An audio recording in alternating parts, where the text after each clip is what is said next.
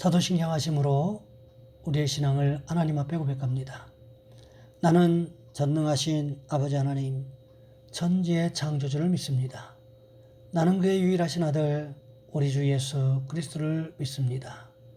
그는 성령으로 잉태되어 동정녀 마리아에게서 나시고 본디오 빌라도에게 고난을 받아 십자가에 못 박혀 죽으시고 장사된 지 사흘 만에 죽은 자 가운데서 다시 살아나셨으며 하늘에 오르시어 전능하신 아버지 하나님 우편에 앉아 계시다가 거기로부터 살아있는 자와 죽은 자를 심판하러 오십니다.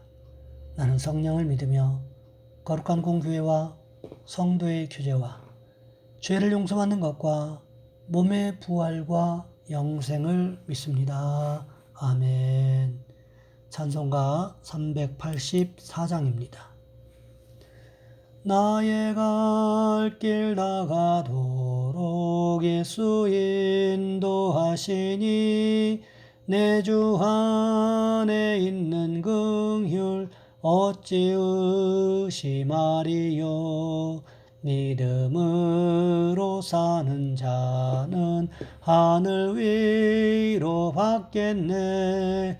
무슨 일을 만나든지 만사형통하리라. 무슨 일을 만나든지 만사형통하리라.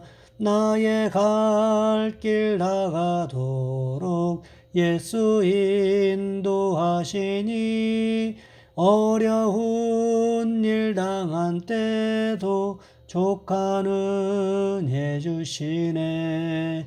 나는 심히 고단하고 영혼 매우 가라나.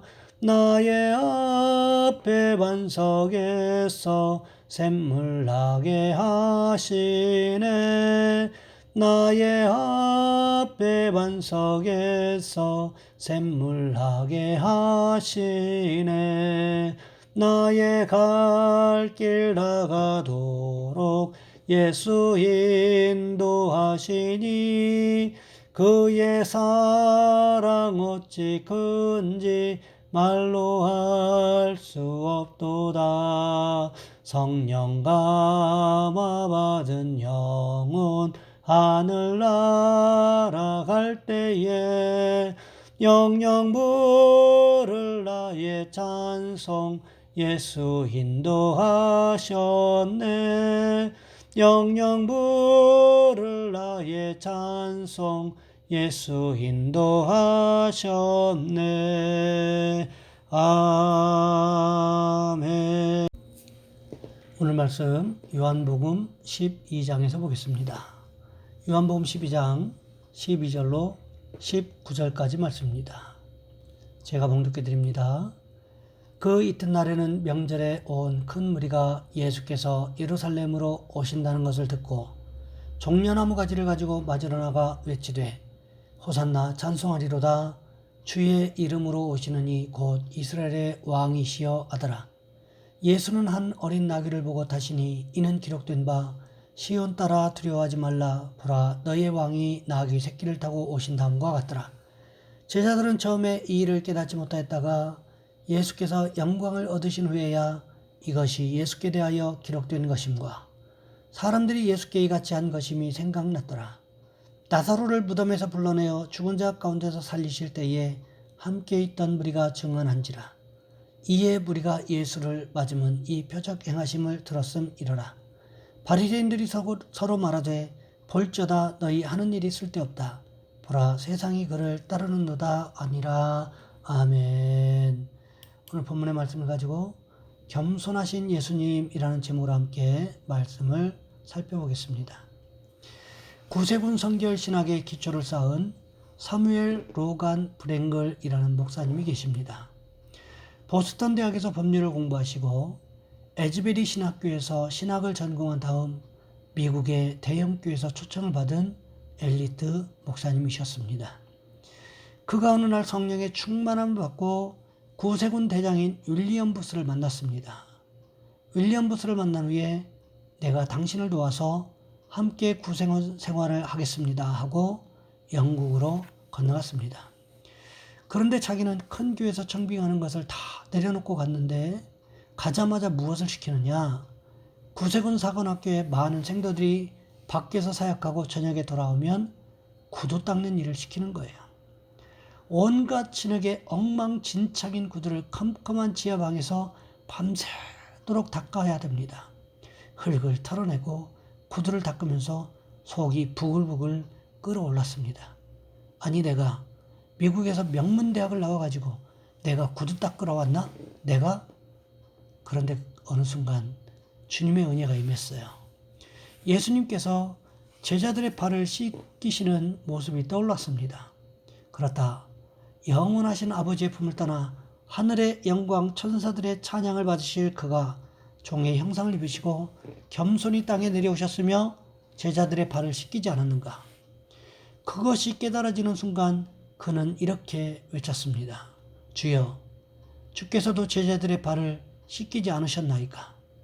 나도 또한 겸손히 그들의 구두를 닦으렵니다. 나중에 존경받는 주의 종으로 많은 구세군의 사역자들에게 감동을 끼친 존경받는 지도자가 되었습니다.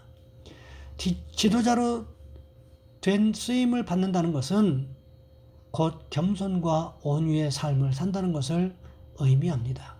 그것이 참된 지도자라는 거지요.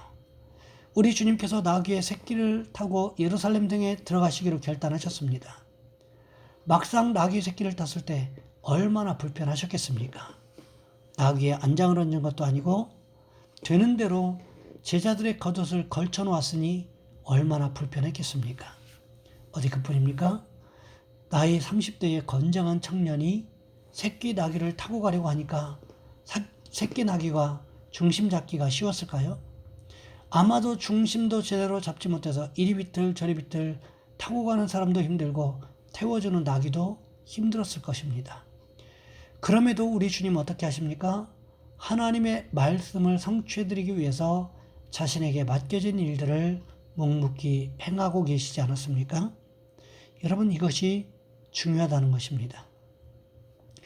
우리 주님께서 하나님의 말씀에 묵묵히 순종하신 것이 겸손이라고 한다면 여러분, 우리도 어떻게 해야 될까요?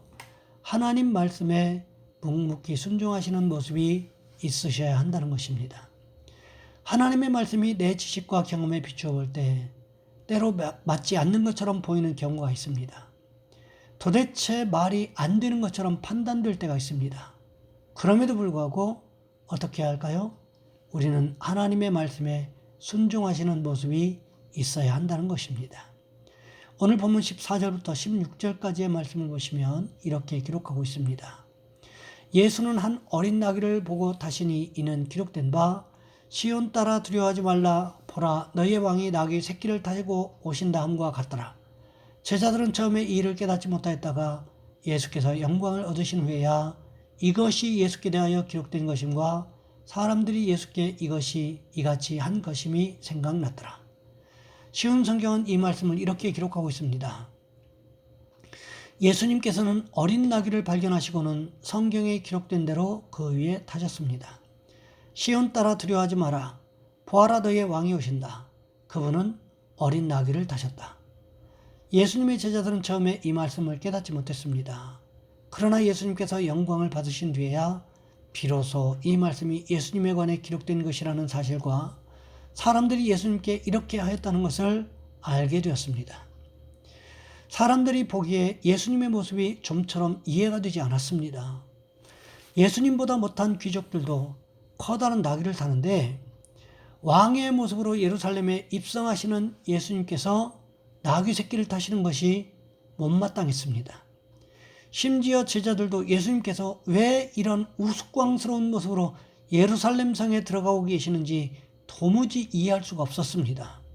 그럼에도 불구하고 예수님께서는 굳이 나귀 새끼를 고집하시면서 사람들이 보는 것에는 전혀 개의치 않으시고 나귀 새끼를 타고 지금 예루살렘 성에 들어가고 계셨습니다. 제자들은 도무지 예수님의 모습을 이해할 수가 없었습니다. 하지만 제자들이 언제 깨달았다고 오늘 본문은 기록하고 있습니까? 예수님께서 영광을 받으신 뒤에. 그때가 언제일까요? 예수님께서 부활하셔서 영광 중에 승천하실 그때를 이야기하는 것이겠지요. 그때서야 예수님께서 왜 그렇게 나귀 새끼를 고집하셨는지 이해할 수가 있었다는 것입니다. 때로 우리는 하나님의 말씀을 도무지 이해할 수 없을 때가 있습니다. 그러할 때도 우리는 어떻게 할까요? 오늘 본문의 예수님처럼 하나님의 말씀을 이루어드리기 위해서 최선을 다해야 한다는 것입니다. 사도행전 16장에도요, 이와 비슷한 사건이 기록되어 있습니다. 사도행전 16장 6절 말씀에서부터 보시면 사도 바울이 아시아에서 복음을 전하려고 했습니다. 그때 무슨 일이 일어났습니까? 무시아에서 비두니아로 가려고 애를 쓰는데 예수의 영이, 즉 성령이 허락하시지 않는 겁니다. 여러분 가만히 한번 생각해 보시기 바랍니다. 복음 전하는 것을 기뻐해야 할 성령께서 바울이 아시아 쪽으로 가서 복음을 전하려고 했을 때 복음 전하는 것을 허락하지 않으셨다는 것입니다. 이해가 되십니까? 그래서 어떻게 합니까?